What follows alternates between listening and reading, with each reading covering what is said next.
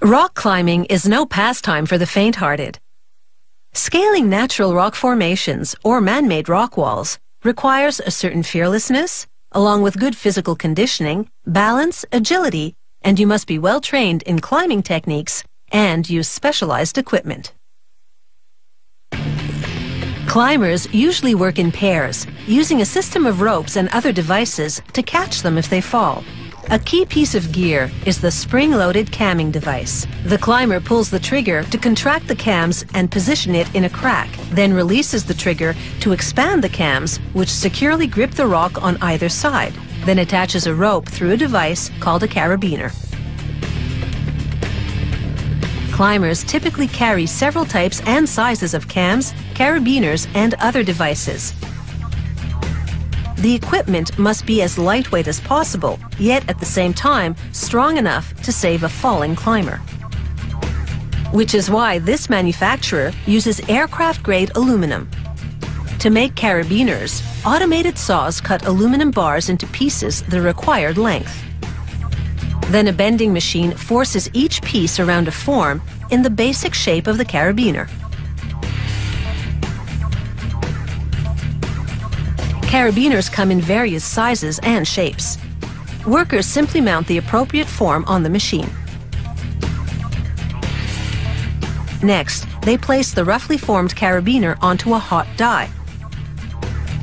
Another die slams down on it with up to 800 tons of force, forging the final shape.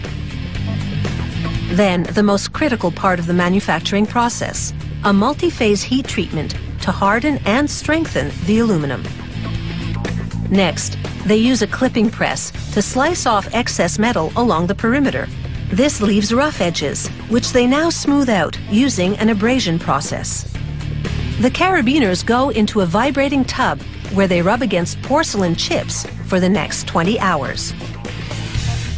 Next, workers drill holes for the rivets on which the spring-loaded opening mechanism will hinge. That mechanism, called the gate, has channels which align with these holes.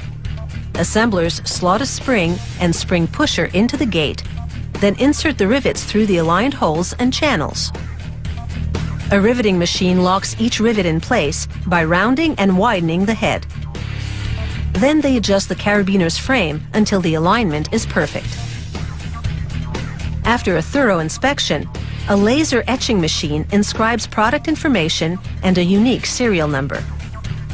Random samples undergo strength and other quality control tests. Elsewhere in the factory, camming device production is underway. Computer-guided equipment machines the same aluminum alloy to a preliminary shape, saws off slices, then machines each slice to the final shape of a cam. An assembler attaches a wire to each cam, then takes 4 cams and joins their wires to the trigger wires with a metal crimp.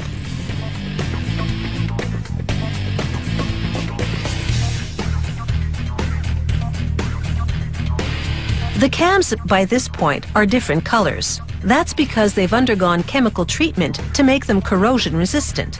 This process can in fact produce various colors, so at the same time, the company can color code the different models.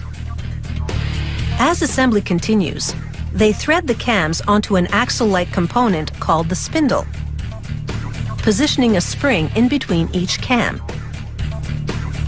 The springs provide the resistance required to expand and retract the device.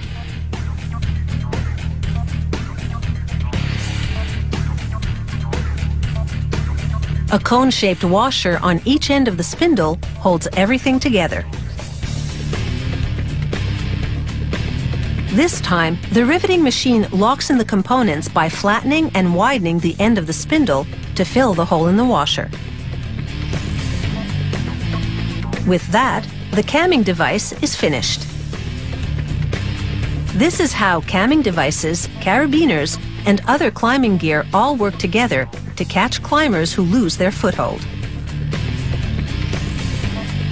Not only do they keep climbers safe, they also protect nature, because they attach to the rock face without damaging it in any way.